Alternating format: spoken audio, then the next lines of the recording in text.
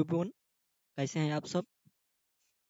आज की हमारी class student science and technology के बहुत ही महत्वपूर्ण सेक्शन बायोटेक्नोलॉजी से संबंधित होगी।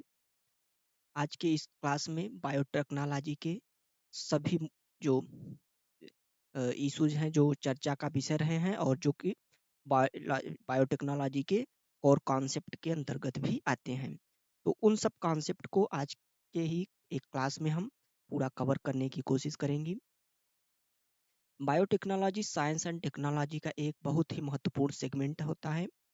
टेक्नोलॉजी से लगातार क्वेश्चंस की जो संख्या है वो बढ़ रही है। लगभग 9 to 10 क्वेश्चन हर साल पूछे जा रहे हैं, जिसमें से जो बायोटेक्नोलॉजी का वेटेज है वो लगभग लगभग 6 से 7 क्वेश्चन बायोटेक्नोलॉजी से होते हैं। यानी कि साइंस एंड टेक्नोलॉजी का सबसे महत्वपूर्ण यदि सेक्शन की हम बात करें तो होता है बायोटेक्नोलॉजी। तो स्टूडेंट, आज के इस क्लास में हम बायोटेक्नोलॉजी को कवर करेंगे, जिसमें हम पीटी 365 और बायोलॉजी के कुछ जो कोर कॉन्सेप्ट हैं उनको साथ साथ देखेंगे। क्योंकि अगर आप बायोलॉजी के कुछ जैसे कि डीएनए क्या होता है, आरएनए क्या होता है, लिम्फोसाइट, क्रोमोसोम, इस सब के बारे में थोड़ा थोड़ा हम आपको बताते चलेंगे बेसिकली, ताकि जो है आप जो टेक्नोलॉजी का जो सेक्शन है आप उसको अच्छे से समझ सकें। तो यह क्लास जो है हमारी, यह प्रीलिम्स 2024 के एग्जाम की दृष्टि से काफ़ी महत्वपूर्ण होने जा रही है। तो यदि आप हमारे इस प्लेटफॉर्म पे नए हो तो चैनल को जो है वह सब्सक्राइब जरूर कर लें। तो चलिए चलते हैं अपने टॉपिक की ओर। तो बायोटेक्नोलॉजी हम स्टार्ट करते हैं अपना। तो सबसे पहले बायोटेक में हम क्या क्या पढ़ने वाले हैं, यानी कि सबसे पहले इसमें होता क्या है। इसमें एक होता है पहले तो बायोलॉजी, बायोलॉजी होता ही है बायोटेक्नोलॉजी में। देन उसके बाद इसमें टेक्नोलॉजी का प्रयोग होता है, यानी कि बायोलॉजी और टेक्नोलॉजी का जो कॉम्बिनेशन है उसी को हम बायोटेक्नोलॉजी बोलते हैं। और फिर उसके बाद उसका एप्लीकेशन, यानी कि इस बायोटेक्नोलॉजी का एप्लीकेशन कहाँ कहाँ है। तो अगर हम बायोलॉजी की बात करें तो जो पूरा बायोटेक्नोलॉजी का पूरा सेक्शन होता है, यह बायोलॉजी के कुछ क्षेत्रों पर टिका हुआ होता है। जैसे कि सेल्स, सेल्स काफी महत्वपूर्ण है। पूरा का पूरा जो हमारा बायोटेक्नोलॉजी है वह सेल्स पर टिका है। तो सेल्स को हमें जानना जरूर होता है। तो सेल्स में हम टाइप और उसका स्ट्रक्चर सबसे ज्यादा इंपॉर्टेंट होता है। यही दो चीजें हमें सेल्स के बारे में सबसे ज्यादा इंपॉर्टेंट होती है। इसके अलावा जो होता है बायोटेक्नोलॉजी, वह उसका पूरा बेस जो है वह जीनोम पर टिका होता है और इसमें डीएनए आरएनए की महत्वपूर्ण भूमिका होती है। तो बेसिकली बायोलॉजी जो है वह बायोटेक्नोलॉजी जो है वह बायोलॉजी के इन्हीं सेक्शन पर अत्यधिक जो है वह टिकी होती है, क्योंकि इन्हीं का अध्ययन करके हम नई नई चीज़ों का विकास करते हैं, वैक्सीन्स का विकास करते हैं, दवाओं का विकास करते हैं और तमाम प्रकार की टेक्नोलॉजी जो है वह बायोलॉजी से संबंधित उनका विकास करते हैं, जिन्हें अभी हम पढ़ेंगे। तो इस प्रकार इसके अलावा टेक्नोलॉजी की यदि बात करें तो बायोटेक में जो टेक्नोलॉजी होती है उसमें हम जेनेटिक इंजीनियरिंग को देखते हैं, जो कि काफ़ी महत्वपूर्ण होती है। इसके अलावा जेनेटिक एडिटिंग जो होता है उसको देखते हैं और उसके बाद जीनोम जो सीक्वेंसिंग होता है। यह काफ़ी महत्वपूर्ण 3 जो है वह शब्द हमारे सामने आए और इन्हीं शब्दों को लेकर पूरी की पूरी बायोटेक्नोलॉजी जो होती है वह टिकी होती है और इन्हीं शब्दों के इर्द गिर्द घूमती है। तो सबसे पहले हम इन शब्दों को समझेंगे, यह होते क्या हैं, और उसके बाद इनसे रिलेटेड क्या कुछ टेक्नोलॉजी है, क्या कुछ टेक्निक्स हैं, उनको भी पढ़ेंगे। देन स्टूडेंट, उसके बाद आता है हमारा एप्लीकेशन। तो एप्लीकेशन बेसिकली जो बायोटेक का होता है वह दो जो क्षेत्रों में होता है। पहला तो एग्रीकल्चर, एग्रीकल्चर यानी कि कृषि के क्षेत्र में बायोटेक का प्रयोग। तो कृषि के क्षेत्र में कैसे होता है, जैसे कि विभिन्न प्रकार के जो कीटनाशक दवाएं होती हैं उनसे निजात पाने के लिए पौधों में ही यानी फसलों में ही कुछ ऐसे जीन्स डाले जाते हैं जेनेटिक मॉडिफिकेशन के द्वारा, जो कि उनको बाहर से कोई खाद या कोई इंसेक्टिसाइड पेस्टिसाइड का उपयोग करने से रोकते हैं और जिससे कि हमारी मृदा जो है वह सुरक्षित हो सके। तो इसका एक मेजर उपयोग यही होता है। जीएम क्रॉप का नाम आप सुने होंगे, तो उस संबंध में। इसके अलावा जो इसका एप्लीकेशन होता है बायोटेक का, वो होता है हेल्थ के क्षेत्र में, जो कि काफी ज्यादा इंपॉर्टेंट है। हेल्थ क्षेत्र में कैसे, जैसे कि जीनो ट्रांसप्लांटेशन आपने सुना होगा। तो यह बायोटेक का ही सब्जेक्ट है। इसके अलावा आपने कुछ शब्द और सुने होंगे, जैसे कि three parent three parent baby three parent baby के बारे में आपने सुना होगा। इसके अलावा क्लोनिंग के बारे में आपने सुना होगा। क्लोनिंग क्लोनिंग के बारे में आपने सुना होगा। तो इस प्रकार के जो शब्द आप लगातार टेक्नोलॉजी में, बायोटेक्नोलॉजी में सुनते हैं, तो वह सब किससे रिलेटेड है? हेल्थ से। इसके अलावा आपने कुछ वैक्सीन सुनी होगी, जैसे कि कोरोना के पीरियड में डीएनए वैक्सीन, आरएनए वैक्सीन। तो इस प्रकार के जो डेवलपमेंट होते हैं, उनका जो डेवलपमेंट है वह बायोटेक्नोलॉजी के अंतर्गत ही होता है और इनका एप्लीकेशन हेल्थ के क्षेत्र में होता है। तो इस प्रकार हम बायोटेक को तीन जो है वह मेजर उसके स्तंभ होते हैं। पहला तो बायोलॉजी, बायोलॉजी पर ही बायोटेक्नोलॉजी टिका है। देन उसके बाद टेक्नोलॉजी का सेगमेंट, जो कि बायोलॉजी के क्षेत्र से प्रेरित होकर कुछ टेक्निकल और टेक्निक्स का जो है वह विकास करता है। और देन उसके बाद उसका एप्लीकेशन। तो इस प्रकार से इन तीन स्तंभ को हम बेस मानकर अपनी स्टडी को स्टार्ट करते हैं। तो चलिए चलते हैं, शुरू करते हैं। तो सबसे पहले देखते हैं सेल्स। तो सेल्स के बारे में हम कुछ ऐसी जो है वह बेसिक जानकारियां आपको सिर्फ देंगे, ताकि आप जो है वह टेक्नोलॉजी का जो आने वाला सेक्शन है उसको समझ सके। बाकी आपने बायोलॉजी में जो है इसको अच्छे से पढ़ा ही होगा। तो चलते हैं। तो सबसे पहले जो सेल्स होती हैं वह जीव की क्या होती है? वह प्रारंभिक इकाई होती है। यानी कि जब जीवन शुरुआत ही होता है तो वह सेल से ही होता है, क्योंकि सेल्स, यदि हम जानते हैं कि दो प्रकार के शुरुआती सेल्स होते हैं, जैसे कि एग सेल्स और स्पर्म सेल्स। तो उससे जो है वह जीवन का शुरुआत होता है और वही जो है वह जीवन की हमारी प्रारंभिक इकाई होती है। इसके अलावा सेल्स जो है यह संरचनात्मक और क्रियात्मक इकाई होती है। यानी कि पूरे बॉडी की जो संरचना होती है वह सेल्स के द्वारा ही होती है, और सेल्स की क्रियात्मक इकाई भी होती है, क्योंकि जो हमारे ब्लड सेल्स होते हैं इन्हीं के द्वारा हमारे इम्यून सिस्टम काम करता है। इसलिए इसे संरचनात्मक और क्रियात्मक इकाई भी कहा जाता है। तो डायरेक्टली एमसीक्यू इससे बनाया जा सकता है, तो आप इसे जानते रहिए। तो इसके बाद यदि हम देखें, तो यदि इसके कंपोनेंट्स की बात करें, यानी कि कंपोनेंट्स आप सेल की बात यदि करिए, तो इसके मेजर जो होते हैं वो तीन कंपोनेंट्स होते हैं। पहला जो होता है कि सेल बाउंड्री, जिसे कभी कभी हम देखते हो कि सेल भित्ति भी बोला जाता है। यानी कि सेल भित्ति, यानी कि उसको हम बोल सकते हैं कोशिका दीवार बोला जाता है उसको हिंदी में। और देन उसके बाद एक होता है होता है साइटोप्लाज्म। साइटोप्लाज्म होता है जो सेल के अंदर भरा होता है। और साइटोप्लाज्म के अंदर जो है वह तैरता रहता है क्या? हमारा न्यूक्लियस, केंद्रक। तो यही तीन जो मेजर कंपोनेंट्स होते हैं सेल्स के। कौन कौन सा? सेल बाउंड्री, साइटोप्लाज्म और न्यूक्लियस। तो जो हमारा पूरा का पूरा जो बायोटेक्नोलॉजी है वह किस पर टिका होगा? वह टिका होगा न्यूक्लियस पर, क्योंकि न्यूक्लियस के अंतर्गत ही आरएनए, डीएनए इत्यादि पदार्थ जो है वह ये सब पाए जाते हैं।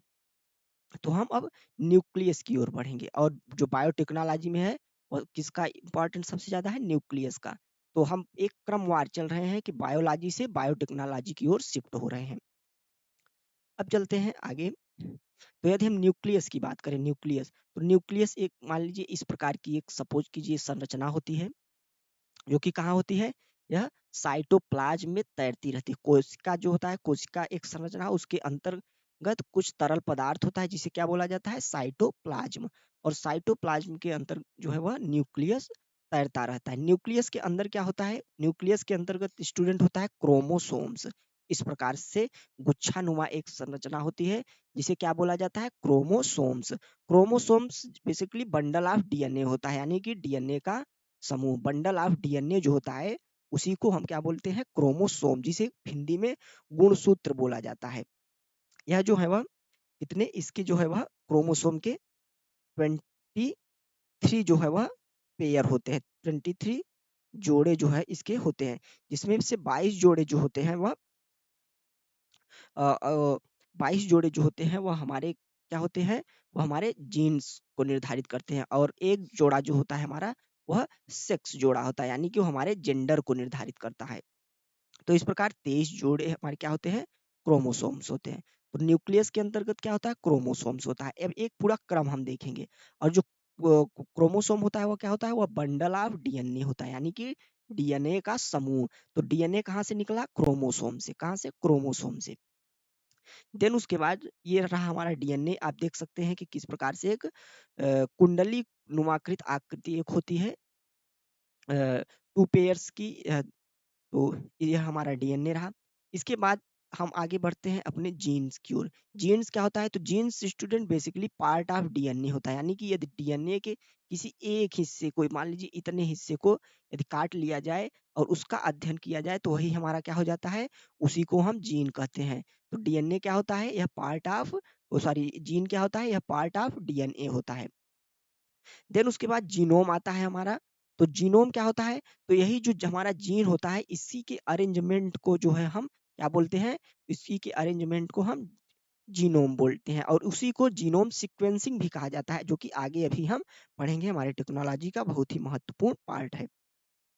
तो यहाँ से हमने क्या समझा स्टूडेंट, जो न्यूक्लियस होता है वह कहाँ पे होता है, वह साइटोप्लाज्म में होता है। साइटोप्लाज्म सेल्स के अंदर एक तरल पदार्थ होता है, और न्यूक्लियस के अंतर्गत जो होता है वह क्रोमोसोम्स होता है। क्रोमोसोम्स एक बंडल ऑफ डीएनए होता है, और डीएनए का एक जो पार्ट होता है उसी को हम क्या बोलते हैं, जीन बोलते हैं, जिसमें हमारी जेनेटिक जो आइडेंटिटी होती है वह छुपी होती है, किसके अंतर्गत, जीन के अंतर्गत। और उसी जेनेटिक आइडेंटिटी को जब पहचाना जाता है, उसी जेनेटिक आइडेंटिटी को अरेंजमेंट किया जाता है, तो उसी को क्या बोल दिया जाता है, उसी को स्टूडेंट बोल दिया जाता है जीनोम सीक्वेंसिंग। तो इस प्रकार से एक पूरा क्रम जो है हमने सेल्स से स्टार्ट करके जीन और जीनोम तक देखा और उसको समझा। अब चलते हैं आगे अपने बायोटेक्नोलॉजी की ओर।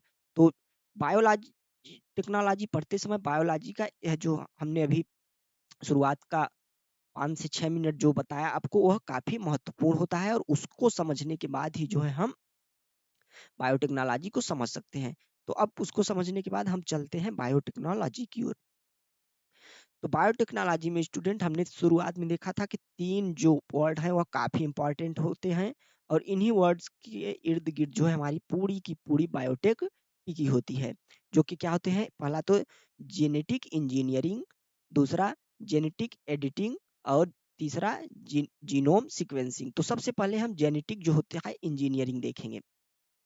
इन सब सेगमेंट से स्टूडेंट काफ़ी ज़्यादा प्रश्न पूछे जाते हैं, इनकी डिफिनीशन को लेकर या पूछ लिया जाता है कि जेनेटिक इंजीनियरिंग या जीनोम एडिटिंग में अंतर क्या होता है। इस प्रकार के प्रश्न लगातार पूछे जाते हैं। तो बायोटेक्नोलॉजी हमारे लिए काफ़ी महत्वपूर्ण है, और इस क्लास को आपको पढ़ने के बाद बायोटेक्नोलॉजी का पीटी 365 पढ़ने की कोई ज़रूरत नहीं, क्योंकि उसको हमने इसमें इंक्लूड कर लिया है, और उसमें जितने भी टॉपिक थे उसको हमने पूरा इस क्लास में कवर कराने की कोशिश की है। तो जेनेटिक इंजीनियरिंग देखते हैं स्टूडेंट। तो जेनेटिक इंजीनियरिंग जो बेसिकली होता क्या है, कि एक जैसे कोई डीएनए होता है, डीएनए होता है इस प्रकार का एक डीएनए।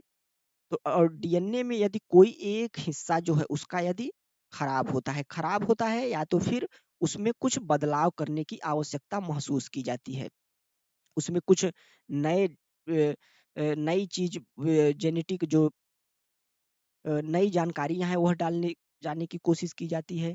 तो जो खराब जीन होता है उसको रिस्ट्रिक्शन एंजाइम एक होता है, जो कि कहाँ पाया जाता है, बैक्टीरिया में। यह क्या होता है, यह एक जैविक कैंची होता है। जैविक कैंची का मतलब, जैसे कि हमारी जो सीजर होती है, कैंची होती है, वह कैसे काम करती है, किसी चीज को काटने के लिए। तो यही जो होता है रिस्ट्रिक्शन एंजाइम जो होता है, एग्जाम में डायरेक्ट भी पूछ सकता है कि रिस्ट्रिक्शन एंजाइम क्या होता है। तो यह क्या होता है, एंजाइम, यह एक जैविक कैंची होती है, जो कि बैक्टीरिया में नेचुरली पाई जाती है और बैक्टीरिया से ही निकाली जाती है। तो इसी एंजाइम के द्वारा जो डीएनए होता है, उसी उसे जो है वह एक निश्चित हिस्से से, जहां से काटना होता है वहां से काट लिया जाता है, इस प्रकार से। जैसे यहाँ पे काटा गया है, इस प्रकार से उसको काट लिया जाता है, और उसके बाद जो है वह एक जो यहाँ पे कुछ गुणों की प्राप्ति के लिए एक मॉडिफिकेटेड जो जीन होता है। जैसे कि हमने क्या बोला था कि जीन होता क्या है, जीन जो होता है वह पार्ट ऑफ डीएनए होता है।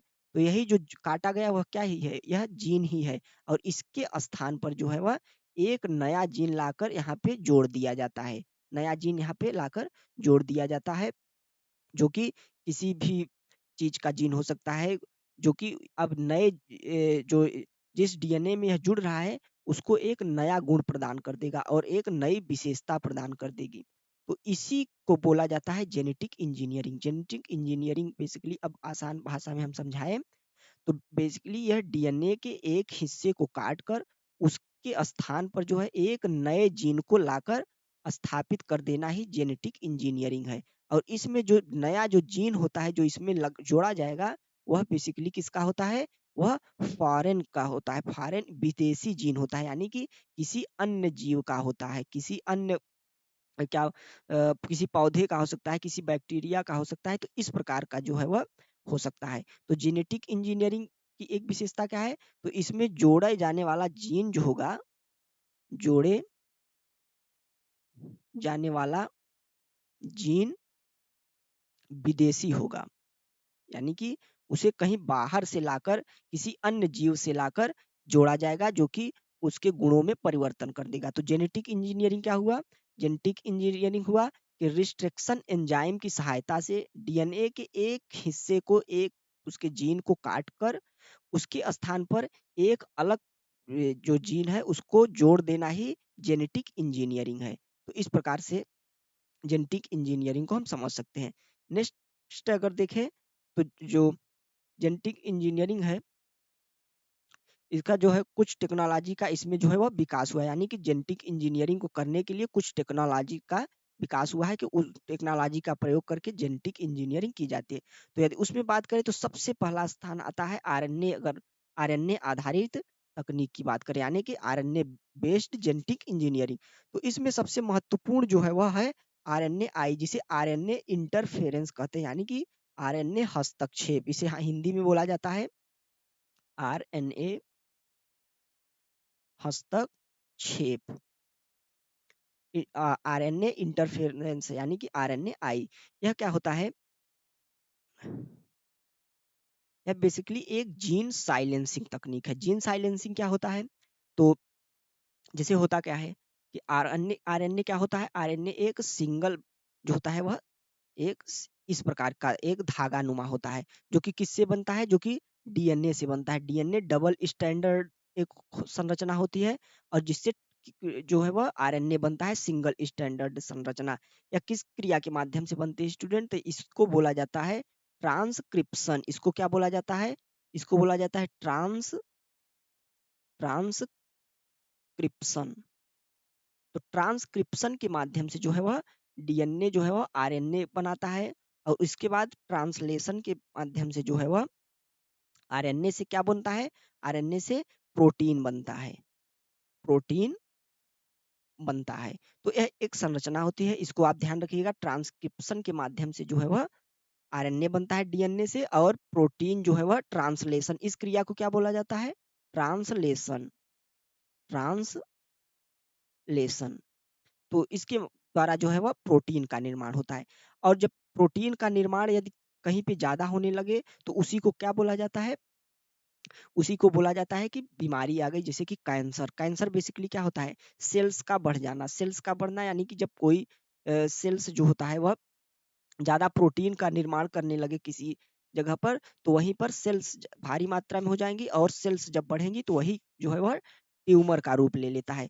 तो इसी को जो है वह बंद करने के लिए आरएनए जो है वह आई तकनीक का विकास हुआ, आरएनए आई तकनीक। और यह बेसिकली कौन सी तकनीक है? जीन साइलेंसिंग की तकनीक है। जीन साइलेंसिंग का मतलब क्या हुआ कि जैसे यहाँ पे देखिए कि ट्रांसक्रिप्शन के द्वारा आरएनए का निर्माण हो रहा है, और उसके बाद ट्रांसलेशन के द्वारा जो है वो प्रोटीन का निर्माण किया जा रहा है।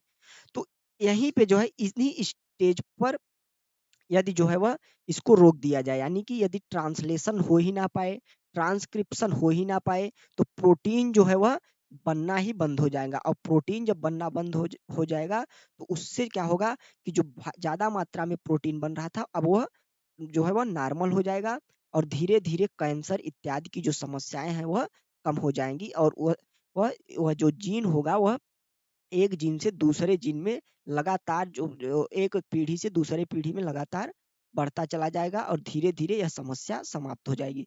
तो इसी को क्या बोला जाता है कि उस जीन को ही साइलेंस कर दिया गया, यानी कि जो खराब जीन था, जो ज़्यादा प्रोटीन का निर्माण कर रहा था, उसको ही साइलेंस कर दिया गया। कैसे साइलेंस कर दिया गया?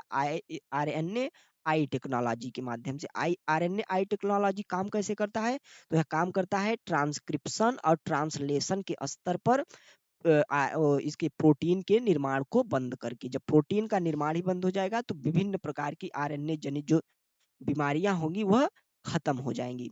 तो इस प्रकार से जेनेटिक इंजीनियरिंग हमने देखा। तो सबसे पहले इसमें हम क्या ने क्या देखा? आरएनए आधारित टेक्नोलॉजी। तो आरएनए आई को हमने देखा। देन अब हम देखते हैं डीएनए आधारित तकनीक। तो डीएनए में संशोधन करके किस प्रकार से जो है वह जेनेटिक इंजीनियरिंग की जाती है। तो इसमें सबसे महत्वपूर्ण नाम आता है recombinant DNA technology. Recombinant DNA technology पर हमारे एग्जाम में प्रश्न भी आ चुका है, तो इसलिए हमें आरएनए आई को लेकर तैयार रहना चाहिए।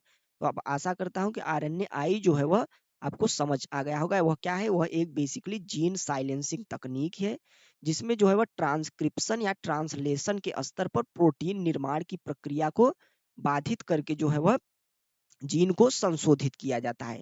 तो आरएनए आप आई आपने समझ लिया। अब जो है रिकम्बिनेंट डीएनए टेक्नोलॉजी हम समझते हैं, जो कि डीएनए बेस्ड जेनेटिक इंजीनियरिंग होती है।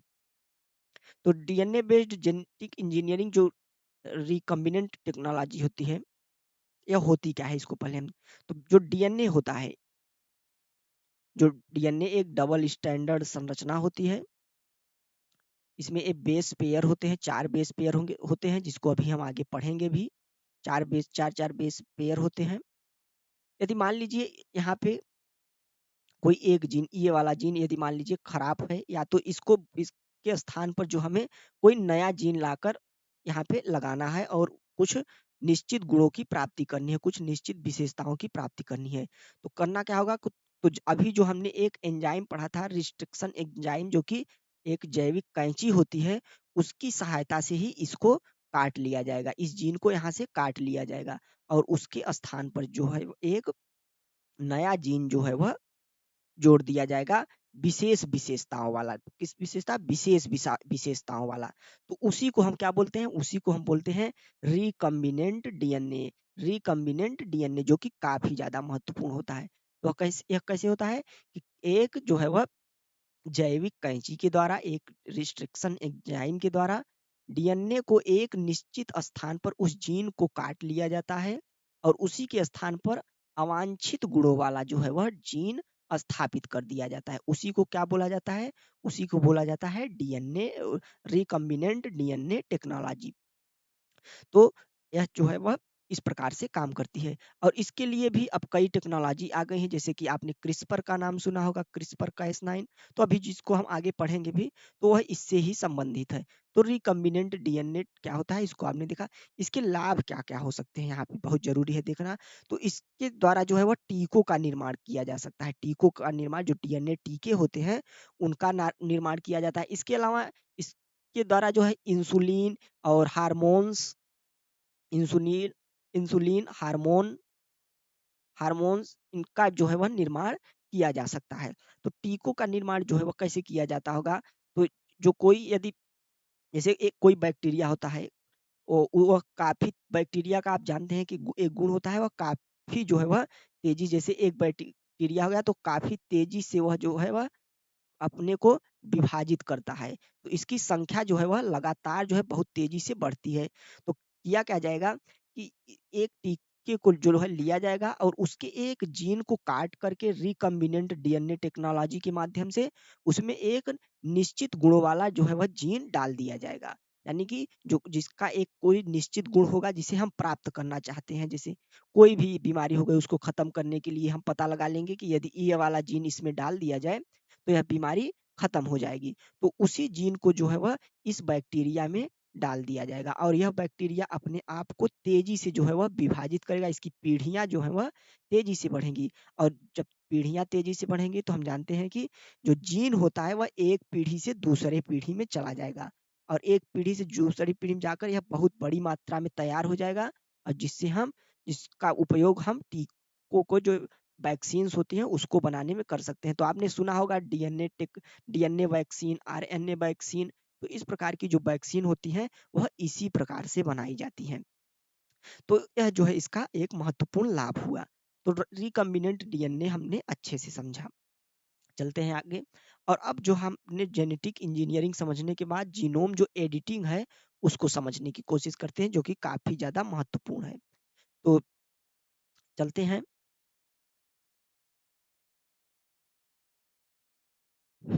जीनोम एडिटिंग समझते हैं स्टूडेंट। तो इसमें क्या है कि यह बेसिकली जो इसकी जो कार्यात्मक इसका पक्ष है, फंक्शनल जो पक्ष है, और इसका जो लाभ है वह बेसिकली सेम होता है।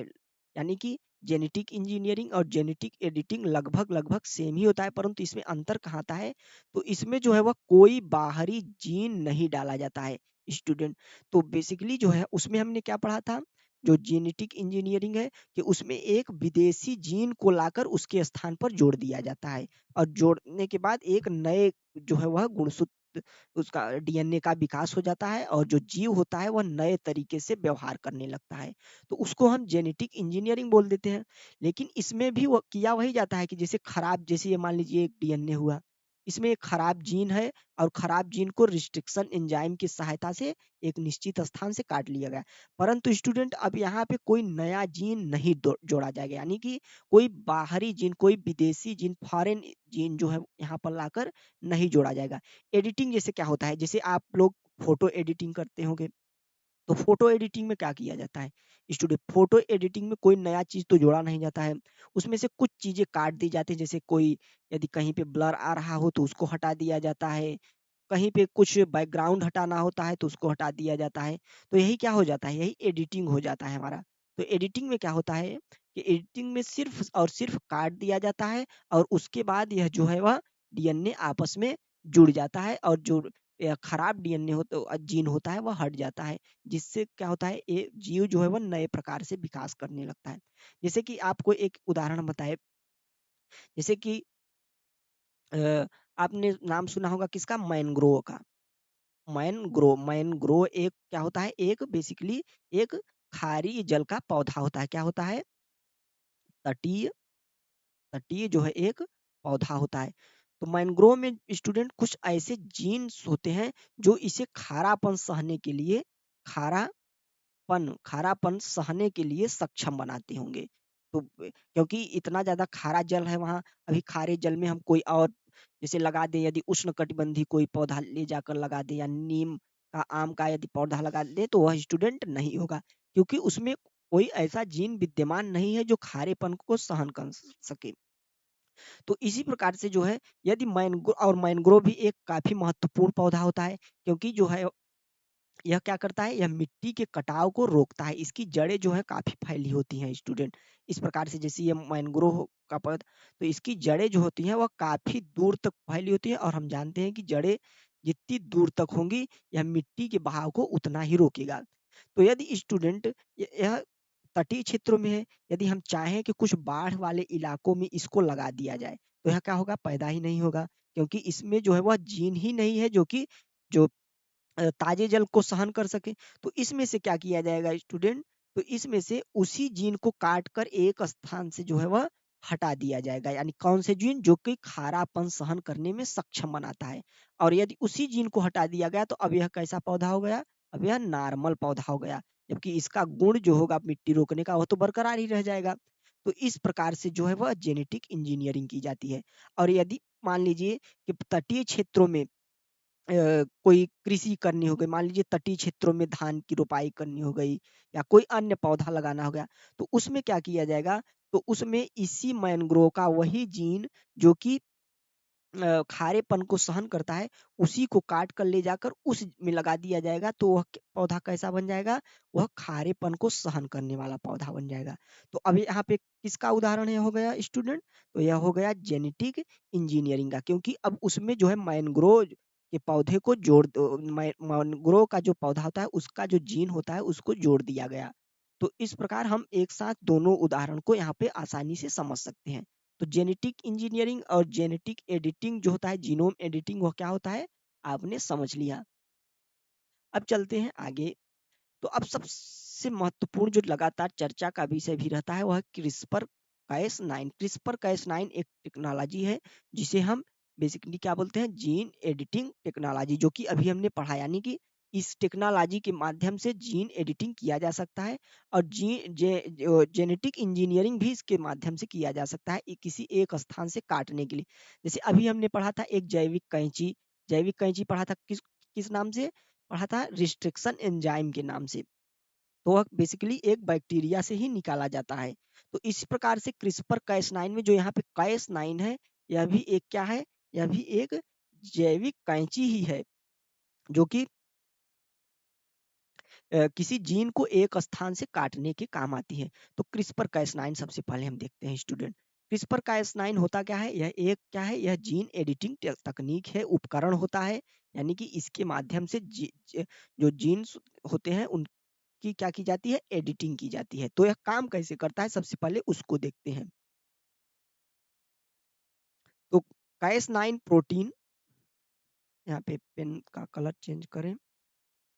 तो स्टूडेंट, कैस9 प्रोटीन कोशिका में गाइड आरएनए के साथ मिलकर कैस9 आरएनए कॉम्प्लेक्स का जो है वह निर्माण करता है। अब सबसे पहले एक शब्द यहाँ पे आए, गाइड आरएनए, जिसे जो है वह जी आरएनए जो है वह बोला जाता है। आरएनए जैसे आपने कई सुना होगा, एमआरएनए यानी कि मैसेंजर आरएनए, जीआरएनए, गाइड आरएनए। तो इस प्रकार के आरएनए के कुछ प्रकार होते हैं जिनका अलग-अलग जो है वह काम होता है। तो सबसे पहले यानी कि जो मैसेज होता है, एक तो मैसेंजर आरएनए हो गया जो कि सूचना को एक स्थान से दूसरे स्थान तक ले जाता है। जैसे कि मैसेंजर आरएनए जब एक आरएनए के पास पहुंचेगा तो वह सूचना ले जाएगा कि अब प्रोटीन बनाना है। तो वह प्रोटीन बनाना ट्रांसलेशन की प्रक्रिया के माध्यम से शुरू कर देगा। और उसके बाद जो है वह प्रोटीन कहाँ जाना है तो उसको गाइड आरएनए उसको साथ-साथ लेकर जाएगा। तो बेसिकली गाइड आरएनए का यही काम होता है। तो कैस9 जो होता है वह प्रोटीन कोशिका में गाइड आरएनए के साथ मिलकर कैस9 आरएनए कॉम्प्लेक्स का निर्माण कराता है। तो जो कैस9 जो होता है उसको सबसे पहले हम समझते हैं। तो कैस9 जो है वह क्या होता है? एक कैंची होती है, जैविक कैंची होती है, जो कि जीन को एक जैसे एक जीन हो गया तो इसको एक स्थान से दूसरे स्थान पर यह काटती है। और यदि उसे गाइड आरएनए के साथ मिला दिया जाए तो गाइड आरएनए कहाँ पे उसको लेके जाएगा? गाइड आरएनए उसको उसी स्थान पर ले जाएगा जहाँ पर प्रोटीन का निर्माण चल रहा है, जहाँ पे प्रोटीन का निर्माण चल रहा है। तो और वहाँ पे जब वह पहुँचेगा तो कैस9 का गुण ही है, उसकी विशेषता है कि वह उसे उस स्थान से काट देगा। तो क्या हो जाता है? तो वह गाइड आरएनए के साथ मिलकर आरएनए एक कैस9 आरएनए कॉम्प्लेक्स का निर्माण कर लेता है, यानी कि उसके साथ मिल जाता है। देन उसके बाद यह कॉम्प्लेक्स जो होता है एक स्पेसर यानी पीले खंड के रूप में जो है पे दर्शाया गया है कि सेट एक जो है वो मैचिंग जीनोम डीएनए अनुक्रम से जुड़ जाता है, यानी कि जो डीएनए होता है उसी के साथ यह आके यहाँ पे जुड़ जाता है जहां से जीन को काटना होता है। जैसे कि यहाँ से आप देख सकते हैं, ये देखिए जुड़ा हुआ है, यहाँ से यह कैस9 गया किसके साथ? गाइड आरएनए के साथ, और यहाँ पे जाकर वह जीन के साथ वह जो है वह जुड़ जाता है। और जुड़ने के बाद जो है वह कैस9 आरएनए कॉम्प्लेक्स डीएनए के दोहरी जो लकड़ी यानी डबल स्टैंडर्ड जो होता है उसको यहाँ से ऐसे काट देता है। क्योंकि अभी हमने बताया कि कैस9 का गुण ही होता है कि वह जिस जीन पे पहुंचेगा उसे वहां से काट देगा। तो उसे उसी जीन पर ले जाया जाता है कि जिस जीन को हमें निकालना होता है वहाँ, और उस जीन पर जो है वह इस प्रकार से आप देख सकते हैं किस प्रकार से यह लिपट चुका है, और यह इसी प्रकार से वह यहाँ से इसको काट देगा। कौन काटेगा? कैस9 काट देगा। कैस9 काटने के बाद जब कट जाएगा तो अब क्या किया जाएगा? तो अब प्रोग्राम्ड जो होता है डीएनए को इन कटे हुए हिस्से से जोड़ दिया जाता है। यानी कि एक डीएनए जो है वह बनाया जाएगा, प्रोग्राम डीएनए होगा। उसको जो है वह इस प्रोग्राम्ड डीएनए का तात्पर्य हमारा है कि वही जो जीन होता है जो कि विशेष गुणों की प्राप्ति के लिए यहाँ पर लगाया जा रहा है, उसी को लाकर यहाँ पर जोड़ दिया जाएगा। तो यह जो है हमारी प्रक्रिया पूरी हो जाएगी। तो यह काम कैसे करता है आपने इसको समझ लिया। तो सर्वप्रथम यह गाइड आरएनए के साथ मिलकर जो है एक कॉम्प्लेक्स का निर्माण करता है, और गाइड आरएनए इसको कहाँ लेकर जाता है? गाइड आरएनए इसको सीधे उसी जीन के पास ले जाता है डीएनए में, जिसको हमें काटना होता है। और गाइड आरएनए की सहायता से वह वहाँ पर पहुँचकर डीएनए को जो है वह काट देता है। और उसके बाद एक प्रोग्राम डीएनए होता है जो कि या तो बाहर किसी जीव का होगा, कोई जीन होगा, और या तो फिर इसी जीन का होगा, तो इसी जीव का होगा। तो इसी प्रोग्राम डीएनए को जो है इसमें जो है वह जोड़ दिया जाता है, जिससे एक पूरे के पूरे नए जीव की भी रचना हो जाती है। नए जीव का हमारा तात्पर्य है कि वह पूरा का पूरा जो जीव है वह बदल जाएगा, उसका व्यवहार बदल जाएगा, उसकी रूपरेखा, उसकी क्षमताएं जैसा भी चाहे वैसा आदमी बदल सकता है। जैसे कि आदमी का व्यवहार, आदमी का रंग रूप, आदमी की शारीरिक शक्ति, इम्यूनिटी वह जीन पर ही निर्भर होती है, जीन्स पर ही हमारी निर्भर होती है। और यदि अच्छे क्वालिटी का जीन उसमें डाल दिया जाएगा तो उसकी संरचना, जाहिर सी बात है, वह बदल जाएगी। तो इस प्रकार से स्टूडेंट क्रिस्पर कैस9 जो है वह टेक्नोलॉजी काम करता है। क्रिस्पर क्या होता है? क्रिस्पर एक बैक्टीरिया होता है। आपको बता दें हम कि क्रिस्पर एक बैक्टीरिया होता है, जिसका गुण ही होता है कि वह अपने आप जो है वह एक दूसरे से जुड़ता रहता है और अलग होता रहता है। तो क्रिस्पर एक बैक्टीरिया होता है, आप जान लीजिए। तो इसी टेक्नोलॉजी का प्रयोग करके जो है वह जेनेटिक इंजीनियरिंग की जाती है। तो यह एक बहुत ही महत्वपूर्ण टॉपिक था जिसको हमने देखा। नेक्स्ट आगे देखते हैं, तो सबसे महत्वपूर्ण एक और टॉपिक में से एक है, वह है जीनोम सीक्वेंसिंग। जीनोम सीक्वेंसिंग या इसे डीएनए सीक्वेंसिंग भी कहा जाता है। डीएनए सीक्वेंसिंग बायोटेक्नोलॉजी में सबसे प्रारंभिक अ, अ, अध्ययनों में से आता है, क्योंकि जब तक जीनोम सीक्वेंसिंग नहीं की जाएगी तब तक हमें जो है वह जीन्स के बारे में जानकारी ही नहीं मिलेगी स्टूडेंट। यानी कि कौन सा जीन खराब है, कौन सा जीन अच्छा है, कौन सा जीन किस प्रकार के प्रोटीन का जो है वह निर्माण कर रहा है, तो उस इन सब की जानकारी हमें मिलेगी ही नहीं। तो यदि मिलेंगी ही नहीं तो जीनोम एडिटिंग और जेनेटिक इंजीनियरिंग यह सब हमारी धरी की धरी रह जाएगी, क्योंकि जब हमें समस्या का ही पता नहीं रहेगा तो हम समाधान कैसे कर पाएंगे। तो इसलिए सबसे पहला जो हमारा आता है वह आता है डीएनए सीक्वेंसिंग, यानी कि जीनोम सीक्वेंसिंग। जीनोम सीक्वेंसिंग होता क्या है स्टूडेंट? तो जो डीएनए होता है डबल स्टैंडर्ड होता है, इसको हम जानते हैं। और जो यह होता है, यह चार यहाँ पे अलग अलग रंग से आप देख सकते हैं, यह चार न्यूक्लियोटाइड बेस पेयर से क्या होता है, वह जुड़ा होता है। न्यूक्लियोटाइड बेस पेयर इन्हें बोला जाता है। तो न्यूक्लियोटाइड बेस पेयर होते क्या है? यह होता है एडेनिन, थाइमीन, साइटोसिन और ग्वानिन। एडेनिन, इसको याद रखिए आप, एडेनिन, थाइमीन, साइटोसिन और guanine. Adenine, thymine, cytosine, guanine. तो यह चार जो है वह क्या होते हैं? न्यूक्लियोटाइड बेस पेयर होते हैं, जिनमें जो है वह, जिनके माध्यम से जो डबल स्टैंडर्ड डीएनए होता है वह जुड़ा होता है। और यही जो होते हैं, यही हमारा क्या होता है? जीन होता है। जैसे जीन का हमने क्या पढ़ा था कि एक क्या होता है? जीन पार्ट ऑफ डीएनए होता है। तो इन्हीं बेस पेयर्स में जो होते हैं, जो न्यूक्लियोटाइड बेस पेयर हैं, इन्हीं में हमारी जेनेटिक जो सूचनाएं होती हैं वह छुपी होती हैं। तो जेनेटिक जो सूचना, जैसे कि यदि हम एक डीएनए को पूरी पुस्तक मान लें, एक डीएनए पूरी पुस्तक हो गया, उसके बाद उसके जो जीन हो गए, वह जीन क्या होंगे? वह जीन उसके पेजेस हो गए, पेजेस, जो जीन है उसके पेज हो गए। और जो पेज में जो कुछ भी लिखा हुआ है जानकारी, वो हमारी क्या हो गई? वो हमारे न्यूक्लियोटाइड बेस पेयर जो है, यह चारों, यह क्या है? यह किसी पेज में लिखी हुई जानकारी है, किसी किताब में लिखी हुई जानकारी है, जिसे पढ़ने के बाद ही उस किताब के गुण का पता चलता है। यानी कि इसे पढ़ने के बाद ही हमें इस पूरे डीएनए का पता चलेगा, और डीएनए के का गुण पता चलने से ही हमें उस पूरे जीव का जो है वह गुण पता चल जाएगा। तो आप समझ सकते हैं कि यह हमारे लिए डीएनए सीक्वेंसिंग कितनी ज्यादा इंपॉर्टेंट है।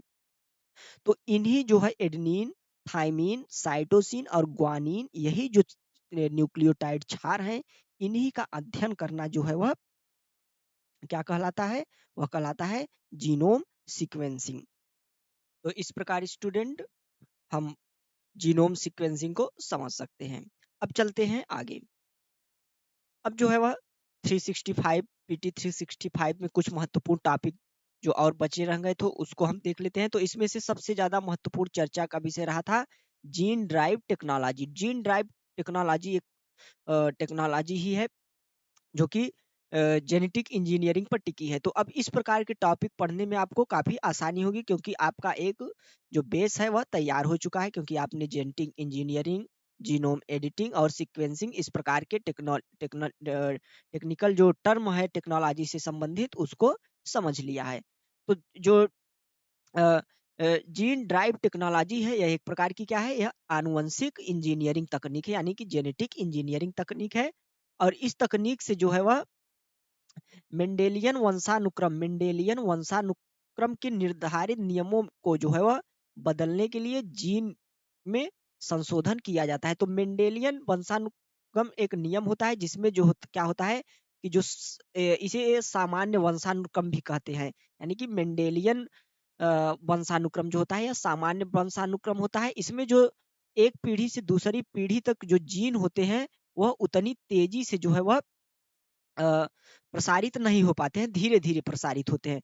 तो इसी वंशानुक्रम को जो है वह उसके जो है नियम को बदलने के लिए जीन में संशोधन कर दिया जाता है, जिससे क्या हो कि जो जीन एक वंश में डाला जाए वह तेजी के साथ इस प्रकार से जो है वह इस प्रकार से देखिए, जैसे इसमें एक जीन को डाला गया वह कितनी तेजी से जो है वह अपने जो है वह आस-पास के जो आने वाली जो पीढ़ियाँ हैं उनमें कितनी तेजी से बढ़ा।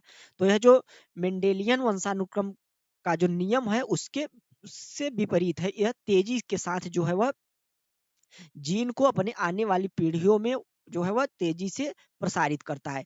तो यही इसका उद्देश्य मेन है जीन ड्राइव टेक्नोलॉजी का, कि जो है वह क्या करता है। तो जीन ड्राइव टेक्नोलॉजी को एक सरल शब्द में समझे हम, यह एक प्रकार की आनुवंशिक क्या है, इंजीनियरिंग है। और इस तकनीक के जरिए संशोधित जीन को जो है वह संशोधित किया जाता है, जिसके चलते निर्धारित जीन आनुवंशिक रूप से वंशक्रम में जो है वो क्या हो जाता है, तेजी से शामिल हो जाता है। और यह क्यों किया जा रहा है? तो आपको बता दें कि यह जो है वो मच्छरों को, तो यह मादा मच्छरों की जो जनन क्षमता को समाप्त करने के लिए एक प्रकार की टेक्नोलॉजी का विकास। जैसा कि ज्यादातर जो रोग होते हैं जैसे कि मलेरिया इत्यादि के जो रोग है, मच्छर जनित रोग, वह मादा मच्छरों के काटने से होते हैं। तो इनका जो जनन क्षमता है, इनके मतलब के प्रजनन जो क्षमता है उसको कम करने के लिए, उसको या तो समाप्त कर देने के लिए उनमें कुछ जेनेटिक परिवर्तन की, उनके जीन में कुछ परिवर्तन कर दिया जाएगा। और वह परिवर्तन जो होगा वह उस परिवर्तन के कारण जो उस वह एक जीन होगा जो उनकी जनन क्षमता को कम कर देगा, वह तेजी से उनके वंशक्रम में विकसित हो जाएगा, फैल जाएगा। जिससे क्या होगा कि मच्छर, जो मादा मच्छर, उनकी जनन क्षमता समाप्त हो जाएगी और इस प्रकार के जो मच्छर जनित रोग हैं वह समाप्त हो जाए। तो इसी उद्देश्य से जीन ड्राइव टेक्नोलॉजी का जो है वो विकास हुआ। तो यह क्या है, यह एक जेनेटिक इंजीनियरिंग है जो कि जीन में संशोधन करके और उस डाले गए जीन को जो आगे की पीढ़ी है, आगे का वंशक्रम है, उसमें प्रसारित करने की एक टेक्नोलॉजी है। इसमें क्या होता है कि जीन ड्राइव टेक्नोलॉजी के 3 मुख्य घटक होते हैं। अब 3 घटक जो होते हैं आप उन सबको पढ़ चुके हैं, तो आपको काफ़ी इसमें आसानी होगी। तो सबसे पहला घटक जीन होता है, यानी कि जिसमें परिवर्तन किया जाना है। दूसरा क्या है कि डीएनए को काटने के लिए Cas9 एंजाइम का उपयोग होता है। तो Cas9 एंजाइम क्या होता है? वो आपको हमने बता दिया था कि यह एक जैविक कैंची ही होती है। जैसे कि पहले हम एक कौन-सा एंजाइम पढ़ा था? रिस्ट्रिक्शन एंजाइम, फिर उसके बाद Cas9 एंजाइम पढ़ा। इसके बाद क्रिस्पर यानी कि रिपीटेटिव डीएनए अनुक्रम, क्रिस्पर टेक्नोलॉजी का प्रयोग। क्रिस्पर कैसे काम करता है हम वहाँ पिछला टॉपिक जो था उसमें भी हमने समझ लिया। तो क्रिस्पर बेसिकली एक बैक्टीरिया होता है जिसमें रिपीटेटिव डीएनए जो होता है उसका गुण होता है, यानी कि उसका जो डीएनए है वह तेजी के साथ रिपीट होता है, अपने आप को आगे बढ़ाता है। यह एक बैक्टीरिया होता है जिसका एक गुण होता है। तो इन तीनों जो घटक हैं इनके माध्यम से जीन ड्राइव टेक्नोलॉजी जो है उसको संचालित किया जाता है। और जीन ड्राइव टेक्नोलॉजी से जो है वह अ, जो वंश अनुक्रम है उसमें डाले गए जीन को तेजी के साथ प्रसारित कर दिया जाता है। तो जीन ड्राइव टेक्नोलॉजी आप समझ गए होंगे। इसके अलावा इसमें जो है वह इसमें जोड़े गए जीन अगली पीढ़ी में हस्तांतरित होते हैं, जिससे जीन जो है वह तेजी से आबादी में फैल जाता है। तो बेसिकली जीन ड्राइव टेक्नोलॉजी यही है कि डाले गए जीन को तेजी के साथ आगे आने वाली पीढ़ी में प्रसारित करना। तो यह एक महत्वपूर्ण टॉपिक था, इसको देख लिया। अब जो है वह लास्ट का हमारा टॉपिक है जो कि पीटी 365 में दिया गया है और यह हमारे लिए इम्पोर्टेंट भी है। तो यह क्या है? थ्री पेरेंट बेबी जो है उसको हम देखते हैं।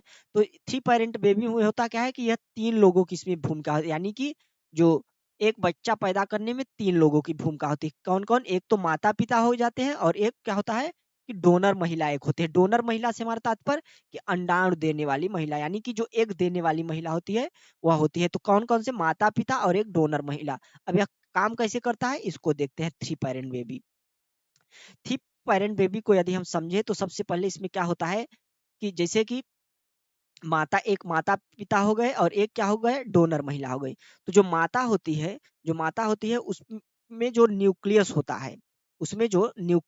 है, उसमें पाया जाने वाला जो क्या होता है? माइटोकॉन्ड्रिया। वह क्या होता है? अस्वस्थ होता है। माइटोकॉन्ड्रिया जो होता है न्यूक्लियस में पाया जाता है। और यह क्या होता है? माता का यदि अस्वस्थ माइटोकॉन्ड्रिया हो तो और जबकि उसमें अ, जो न्यूक्लियस होता है वह सही होता है। न्यूक्लियस सही होता है, सिर्फ माइटोकॉन्ड्रिया क्या होता है कि जैसे ए हो गया, ये एग हो गया, और इसमें जो होता है मान लीजिए ये माइटोकॉन्ड्रिया यहाँ पे है और बीच में क्या हो गया? यह एग हो गया। तो इसमें जो है एग सही है माता का, जबकि यह सिर्फ माइटोकॉन्ड्रिया इसका क्या है? खराब है। तो माइटोकॉन्ड्रिया खराब होने के कारण जो होता है वह उनकी जनन क्षमता जो है वह खराब हो जाती है, यानी कि वह बच्चा पैदा करने में सक्षम नहीं रह जाती है। तो अब क्या होगा? तो उसमें एक डोनर महिला होगी। डोनर महिला क्या करेगी? अपने एग को देगी, और जब अपने एग को देगी तो उसमें से डोनर महिला के एग में से सबसे पहले क्या किया जाएगा? देखिए यहाँ पे क्या किया गया कि माता का जो एग होगा उससे उसका न्यूक्लियस जो होता है, क्या न्यूक्लियस जो होता है केंद्रक, उसको निकाल लिया जाएगा। केंद्रक को जो क्या किया जाएगा? निकाल लिया जाएगा न्यूक्लियर को। और उसके बाद जो है वह जो डोनर महिला होगी उसका जो एग होगा उसमें से भी न्यूक्लियस को जो है उसको निकाल लिया जाएगा। और उस वह जो बचा हुआ एग होगा जिसमें क्या होगा? स्वस्थ माइटोकॉन्ड्रिया होगा, क्योंकि न्यूक्लियस निकल जाने के बाद जो माइटोकॉन्ड्रिया यहाँ पर रहा वह स्वस्थ रहा। अब जो माता का जो न्यूक्लियस होगा वह क्या किया जाएगा? इस एग में डाल दिया जाएगा। तो जो अब क्या होगा कि न्यूक्लियस भी स्वस्थ है और माइटोकॉन्ड्रिया भी स्वस्थ है। तो अब यह क्या हो जाएगा? यह एक जो है वह निषेचन के लिए तैयार एक स्वस्थ क्या हो जाएगा? एग तैयार हो जाएगा, जिससे जो है वह माता पिता जो है वह प्रजनन करने में सक्षम हो जाते हैं। तो यही एक जीन थ्री पेरेंट बेबी का एक कॉन्सेप्ट होता है। तो आप इसको समझ गए होंगे। तो माता में क्या होता है? माता में अस्वस्थ माइटोकॉन्ड्रिया होता है, और अस्वस्थ माइटोकॉन्ड्रिया होने की वजह से वह प्रजनन क्षमता नहीं विकसित हो पाती। इसके लिए उसका जो न्यूक्लियस होता है यानी माता का, उसको निकाल कर एक स्वस्थ एग में जो है उसका न्यूक्लियस निकाल के उसमें डाल दिया जाता है, जिस एग का माइटोकॉन्ड्रिया क्या होता है? स्वस्थ होता है, जिससे वह एग एक पूरा एग स्वस्थ होता है, जिसमें माइटोकॉन्ड्रिया और न्यूक्लियस दोनों स्वस्थ रहते हैं और वह प्रजनन के लिए तैयार हो जाता है। तो इस प्रकार थ्री पेरेंट बेबी जो है उसकी कार्यप्रणाली होती है। तो इसको हमने समझा। नेक्स्ट लास्ट टॉपिक है बायोटेक्नोलॉजी का हमारा, और काफी महत्वपूर्ण इसमें है। इसके बाद शायद एक टॉपिक और है, तो यह स्टेम सेल्स। स्टेम सेल्स काफी आपने सुना होगा, काफी ज्यादा महत्वपूर्ण है। तो स्टेम सेल्स होती क्या है? स्टेम सेल्स आपको बता दें कि यह जैसे कि अन्य सेल्स होती है, पूरे शरीर जो है हमारा सेल्स का ही बना हुआ है, जिसमें कई प्रकार की सेल्स पाई जाती है। तो स्टेम सेल्स भी उन्हीं प्रकार, जो कई प्रकार की सेल होती है उन्हीं में से एक प्रकार है। यह आम सेल्स की तरह ही होती हैं, परंतु इनमें कुछ महत्वपूर्ण गुण होते हैं। उसमें कौन से गुण होते हैं? कि यह किसी भी कोई भी सेल्स हो, जैसे कि हार्ट सेल मान लीजिए है, हार्ट सेल हो गई, या तो फिर मान लीजिए ब्लड सेल्स हो गई, किसी भी प्रकार की सेल्स आप मान लीजिए, तो उसमें अपने आप को परिवर्तित कर सकती है। यानी कि स्टेम सेल्स वह है कि जो कि अपने आप को किसी अन्य सेल्स में परिवर्तित कर सकती है।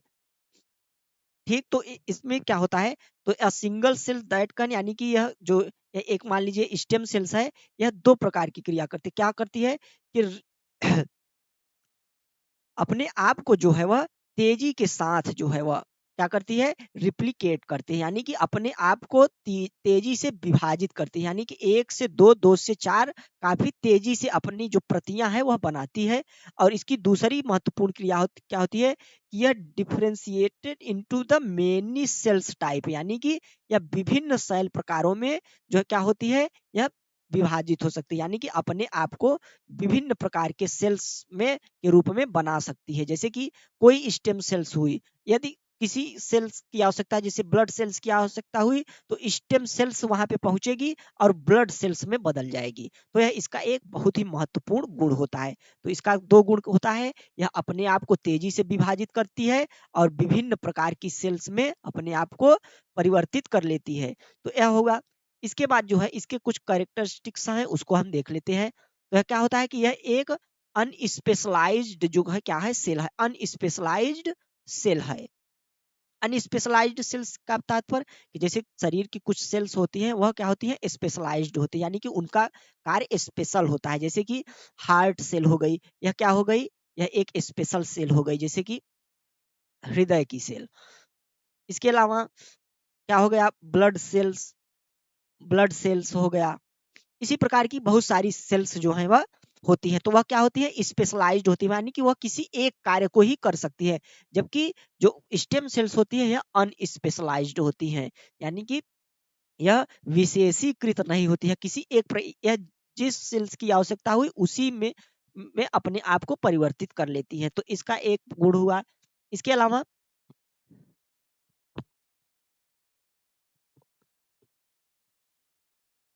नेक्स्ट यदि इसकी बात करें कैरेक्टरिस्टिक्स की, तो इसमें जो है वह विभाजन से ही स्पेशलाइज्ड जो है वह सेल्स का निर्माण होता है, यानी कि जब इनका विभाजन होगा, जैसा कि अभी हमने पीछे देखा कि ये तेजी से अपने आप को विभाजित करती हैं और विभिन्न प्रकार की सेल्स में, जैसे विभिन्न प्रकार की सेल्स हैं उसमें अपने आप को बदल लेती हैं। तो स्पेशलाइज्ड सेल यानी हार्ट सेल, ब्लड सेल्स, इस प्रकार की सेलों में अपने आप को बदल लेती हैं। तो जो सेल होती हैं स्पेशलाइज्ड सेल, इनका निर्माण इन्हीं स्टेम सेल्स से ही होता है। इन्हें हिंदी में स्तंभ कोशिकाएं कहा जाता है। देन उसके बाद ऊतकों को रिन्यू करती है, यानी कि जो हमारे ऊतक है, जो हमारी चमड़ियां है, टिश्यूज हैं, का जो रिनोवेशन है वह यह स्टेम सेल्स कर सकती हैं। इनमें यह क्षमता होती है कि यह ऊतकों का निर्माण कर सकती है। अब यह स्टेम सेल्स भी कई प्रकार की होती हैं, तो उसको हम देख लेते हैं। तो टाइप ऑफ स्टेम सेल्स जो है उसको हम देख लेते हैं। तो अलग अलग प्रकार की कोशिका प्रदान करने की क्षमता के आधार पर जो है वह स्टेम कोशिकाओं का वर्गीकरण, यानी कि स्टेम सेल्स कुल कितने प्रकार की होती है, तो हम 4 प्रकार के स्टेम सेल्स को देखेंगे। और इनका यह वर्गीकरण किसके आधार पर है, तो इनकी वह क्षमता कि जिसके आधार पर यह अलग अलग कोशिकाओं में विभाजित हो जाए। यानी कि कोई स्टेम सेल्स ऐसा होगा जो सभी प्रकार की कोशिकाओं को बना सके, कोई स्टेम सेल्स ऐसा होगा जो कुछ प्रकार की कोशिकाओं को बना सके। तो इस आधार पर जो है हम इनका वर्गीकरण देंगे। तो सबसे पहले टोटी पोटेंट यह क्या होती है कि यह भी सभी 3 एम्ब्रियानिक जर्म परत और बहिर्भ्रूण यानी एक्स्ट्रा एम्ब्रियानिक, यानी एम्ब्रियानिक और एक्स्ट्रा एम्ब्रियानिक ऊतक बना सकती है। निर्विवाद रूप से ज्ञात एकमात्र टोटी पोटेंट कोशिका है जाइगोट युग्मज। जाइगोट हुआ होता है स्टूडेंट कि जब बच्चा जब है जो है वह जब प्रजनन के क्रम में जब एग में स्पर्म जो है वह चला जाता है, तो उसके 1 2 3 दिन का जो टाइम पीरियड होता है उसमें जो होता है निषेचित जब होता है, तो उसी को जाइगोट बोला जाता है। और जाइगोट बेसिकली एक होता क्या है, वह एक स्टेम सेल होता है जो कि किसी भी अंग का निर्माण कर सकता है, किसी भी चीज का जो है वह निर्माण कर। तो सबसे ज्यादा जो है वह महत्वपूर्ण स्टेम सेल्स की बात करें तो वह कौन सी है, टोटीपोटेंट का उदाहरण कौन सा है, तो एकमात्र है जाइगोट। यह किसी भी प्रकार का जो है वह अंग बना सकता है। नेक्स्ट है प्लूरिपोटेंट। यह क्या है, यह सभी 3 एम्ब्रियानिक जर्म परत और इसके साथ बहुवंशक्रम निर्मित कर सकता है। तो यह जो प्लूरिपोटेंट है, यह प्लेसेंटा एक होता है, प्लेसेंटा को छोड़ सभी प्रकार के जो है। अब आगे जैसे जैसे हम इसमें बढ़ेंगे तो इनकी स्टेम जो सेल्स हैं इनकी क्षमताएं कम होती जाएंगी। तो प्लूरिपोटेंट है, यह सभी प्रकार के जो है वह एम्ब्रियानिक जर्म परतों का तो जो है वह निर्माण कर सकता है, परंतु प्लेसेंटा का निर्माण नहीं कर सकता है। तो इस प्रकार से जो है वह प्लूरिपोटेंट हो गया। नेक्स्ट है मल्टीप्रोटेंट। यह क्या है, यह आमतौर पर एक ही एम्ब्रियानिक जर्म परत से जो है वह कम से कम 2 अलग अलग वंशक्रम निर्मित कर सकता है। उदाहरण के लिए हेमे हेमेटोपोटिक स्टेम सेल रक्त वंश क्रम से विविध रक्त कोशिका जैसे कि सफेद, लाल और प्लेटलेट्स को जो है वह जन्म दे सकते हैं। कौन सी? मल्टीपोटेंट। तो मल्टीपोटेंट ऐसी एक स्टेम सेल है कि जो कि विभिन्न प्रकार की जो रक्त कोशिकाएं हैं हमारी उनको बना सकती है। तो इसका एक गुण हुआ। देन उसके बाद क्या आता है? यूनिपोटेंट। यूनिपोटेंट है कि यह केवल एक प्रकार की कोशिका का ही निर्मित कर सकती है, यानी कि किसी एक प्रकार की कोशिका का निर्मित कर सकती है। लेकिन इसमें जो नवीकरण यानी कि स्वतः विभाजन होने का जो गुण होता है, इसी कारण इसे गैर स्टेम सेल से अलग बनाता है। जैसे कि त्वचा की कोशिका, त्वचा की कोशिका भी एक प्रकार की स्टेम, जैसे कि त्वचा में हमें घाव लगा, कहीं कटा या कुछ हुआ, तो कुछ समय के बाद देखते हैं कि वह पूरा भर जाता है और वहां पे एक नया जो है वह त्वचा आ जाती है। तो वह क्या है? वह यूनिपोटेंट स्टेम सेल से ही है, जो कि अपने आप को त्वचा के रूप में विभाजित कर लेती हैं, अपने आप को त्वचा की जो सेल्स हैं उसमें परिवर्तित कर लेती हैं। तो इस प्रकार से जो है वह यह 4 प्रकार के स्टेम सेल्स हैं जिन्हें आपने समझ लिया। इसके बाद चलते हैं नेक्स्ट, हमारा जो आज का आखिरी टॉपिक है वह है कार टी सेल थेरेपी। काफी चर्चा का विषय रहा, तो यह काफी महत्वपूर्ण है और इस वर्ष एग्जाम की दृष्टि से यह मोस्ट इम्पॉर्टेंट भी है। कार्ड टी सेल थेरेपी। तो कार्ड टी सेल थेरेपी के पहले हम कुछ बायोलॉजी का टॉपिक समझ लेते हैं, जिसके बाद जो है यह सेल थेरेपी आपको समझने में काफी आसानी हो जाएगी। तो सबसे पहले जो समझते हैं ब्लड। तो ब्लड कितने प्रकार का होता है? 3 प्रकार का होता है, हम सभी जानते हैं। आरबीसी, डब्ल्यूबीसी और प्लेटलेट्स। इसमें से जो डब्ल्यूबीसी है, जो डब्ल्यूबीसी है, इसी का एक प्रकार होता है जिसे बोला जाता है लिम्फोसाइट। लिम्फोसाइट एक डब्ल्यूबीसी का ही एक प्रकार है। जो हमारी श्वेत रक्त कणिकाएं होती है उन्हीं का एक प्रकार होता है लिम्फोसाइट। और लिम्फोसाइट जो होता है, यह क्या होते हैं? यह एक प्रतिरक्षा कोशिका होते हैं, यानी कि जो हमारा इम्यून सिस्टम होता है, जो हमारी इम्यूनिटी होती है, उसको जो है बढ़ाने का कार्य कौन करता है? लिम्फोसाइट। तो लिम्फोसाइट हमारी क्या होती है? एक इम्यून कोशिका होती है, इम्यून सेल होती है। और लिम्फोसाइट भी 2 प्रकार की कोशिकाओं में जो है वह विभाजित होती है। कौन कौन सी? तो वह होती है टी सेल और दूसरा बी सेल। टी सेल और बी सेल। तो उसमें से जो कार्ड टी सेल थेरेपी है वह टी सेल से संबंधित है। तो इसीलिए हमने इसको थोड़ा सा बैकग्राउंड बताया कि ताकि आप टी सेल्स होती क्या है उसको समझ ले। तो टी सेल्स हमारी क्या होती है? एक इम्यून सेल होती है, इम्यूनिटी सेल होती है। और यह डब्ल्यूबीसी का जो वह पार्ट होता है। डब्ल्यूबीसी का एक पार्ट होता है लिम्फोसाइट, और लिम्फोसाइट का पार्ट होती है टी सेल और B cell. T cell B cell दोनों इम्यून सेल होती हैं। तो इनमें बेसिकली अंतर क्या होता है? इनमें कुछ अंतर होता है, जैसे कि जो टी सेल होती है उसका जो यदि हम बात करें, तो टी सेल जो होती है यह एक प्रकार की डब्ल्यूबीसी है। और इसका निर्माण जो है वह थाइमसन थाइमस जो है वह थाइमस ग्रंथि में होता है। जबकि जो हमारी बी सेल है उसका निर्माण कहाँ होता है? उसका निर्माण बोन मैरो में होता है। जो बी सेल है, बी सेल का निर्माण कहाँ होता है? इसका निर्माण बोन मैरो में होता है। बोन मैरो यानी कि अस्थमज्जा में जो है इसका निर्माण होता है। यह इम्यून सेल है दोनों, यह ध्यान रखिएगा। तो इसका निर्माण टी सेल का कहाँ होता है? इसका निर्माण थाइमस ग्रंथि में होता है। और इसके बाद यह कोशिका जो है यह कोशिकीय प्रतिरक्षा तंत्र का हिस्सा, यानी कि यह क्या है? जो टी सेल है यह क्या होता है? यह सेल्यूलर इम्यून सिस्टम का हिस्सा है, यानी कि जो हमारी सेल्स होती हैं इनकी इम्यूनिटी को जो है इम्प्रूव करता है। सेल्स क्या होते हैं? जो टी सेल हमारी कोशिका की, यानी कि सेल्स की, टी सेल कोशिका के देखिए बी सेल और टी सेल दोनों प्रतिरक्षा तंत्र से संबंधित है, लेकिन उनका कार्य अलग अलग है।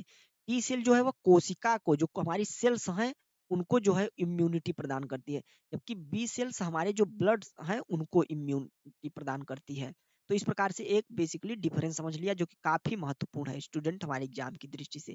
तो यह क्या है? कोशिका प्रतिरक्षा तंत्र का हिस्सा है। नेक्स्ट जो है, टी सेल्स एक कैंसर आदि को कोशिकाओं को आसानी से पहचान लेती हैं, यानी कि टी सेल्स जो हमारी होती हैं, जब टी सेल्स का निर्माण होता है तो जो कैंसर की कोशिकाएं हैं, जो कैंसर आदि को जो विकसित करने वाली जो कोशिकाएं होती हैं उनको यह आसानी से पहचान लेती है। तो कैंसर, ट्यूमर इत्यादि जैसी बीमारियों के समाधान के लिए यह कौन सी थेरेपी चली, उसे बोला जाता है कार्ट टी सेल थेरेपी। कार्ट टी सेल, तो टी सेल क्या होता है उसको हमने जान लिया कि टी सेल्स एक क्या होता है? एक कोशिकीय प्रतिरक्षा तंत्र का हिस्सा होता है, यानी कि हमारे सेल्स जो है उसकी इम्यूनिटी को बढ़ाता है। और यह क्या करता है कि जो विभिन्न प्रकार के ट्यूमर होते हैं, उनसे संबंधित जो सेल्स होती हैं, उनको यह आसानी से पहचान लेता है, टी सेल्स। तो इसीलिए कार टी सेल थेरेपी का विकास हुआ। और कार जो यहाँ पे कार लिखा है, उसका मतलब होता है chimeric antigen receptor T cells therapy. इसका पूरा नाम है कार टी सेल का chimeric antigen receptor T cell therapy. तो यह क्या होता है, तो कार टी सेल थेरेपी से कुछ जुड़े अन्य तथ्य हम देखते हैं। तो कार टी सेल थेरेपी जो होता है, वो क्या होता है, सेल्यूलर इम्यूनोथेरेपी इलाज होता है। तो जैसा कि अभी हमने पढ़ा, तो क्या होता है, यह सेल्यूलर इम्यूनो सिस्टम का क्या होता है, हिस्सा होता है। तो यह क्या करता है, कुछ सेल्यूलर इम्यूनोथेरेपी का इलाज का एक नया प्रकार है। कार टी जो है वह, यानी कि बेसिकली हमारे सेल्स के इलाज का एक नया प्रकार है, काइमेरिक एंटीजन रिसेप्टर। और इसके उपचार के लिए टी कोशिकाओं का जो है उपयोग किया जाता है। तो टी कोशिकाएं होती क्या है, आपको हमने बता दिया है पहले ही। तो यह हमारे सेल इम्यून सिस्टम का जो है हिस्सा होते हैं, और यह कैंसर आदि की जो कोशिकाएं होते हैं, उनको आसानी से पहचान लेती हैं। तो इसका उपयोग किस में किया जाता है, कार टी सेल थेरेपी में। और इस उपचार विधि में टी कोशिकाओं को प्रयोगशाला में आनुवंशिक रूप में परिवर्तित किया जाता है। और इसके बाद यह परिवर्तित जो कोशिकाएं हैं, वह कैंसर कोशिकाओं की पहचान कर उन्हें प्रभावी ढंग से नष्ट कर देती हैं। तो इस प्रकार जो है वह कार्ड टी सेल थेरेपी आपने समझ ली होगी। और T cells, B cells, lymphocyte या बायोलॉजी का टॉपिक भी हमने साथ में आपको करा दिया, ताकि आपको काफी आसानी हो इस टॉपिक को समझने में। तो आज का जो है हमारा पूरा बायोटेक्नोलॉजी का टॉपिक था, यह समाप्त हुआ। और इस पूरे एक क्लास को आपने यदि अच्छे से पढ़ा, और उसके बाद एक दो बार आपने इसको रिवाइज किया, तो मुझे पूरा भरोसा है कि बायोटेक्नोलॉजी से आने वाले प्रश्न जो हैं आपके नहीं छूटेंगे। तो इसके साथ ही हमारा यह पूरा जो एक सब्जेक्ट ही मान लीजिए, वह समाप्त हुआ। अब जो है वह मिलते हैं नेक्स्ट क्लास के साथ। वीडियो देखने के लिए धन्यवाद। यदि हमारे चैनल पे आप नए हो, तो चैनल को सब्सक्राइब करें तथा वीडियो को लाइक भी करें। मिलते हैं नेक्स्ट इंटरेस्टिंग टॉपिक के साथ। तब तक के लिए नमस्कार, जय हिंद।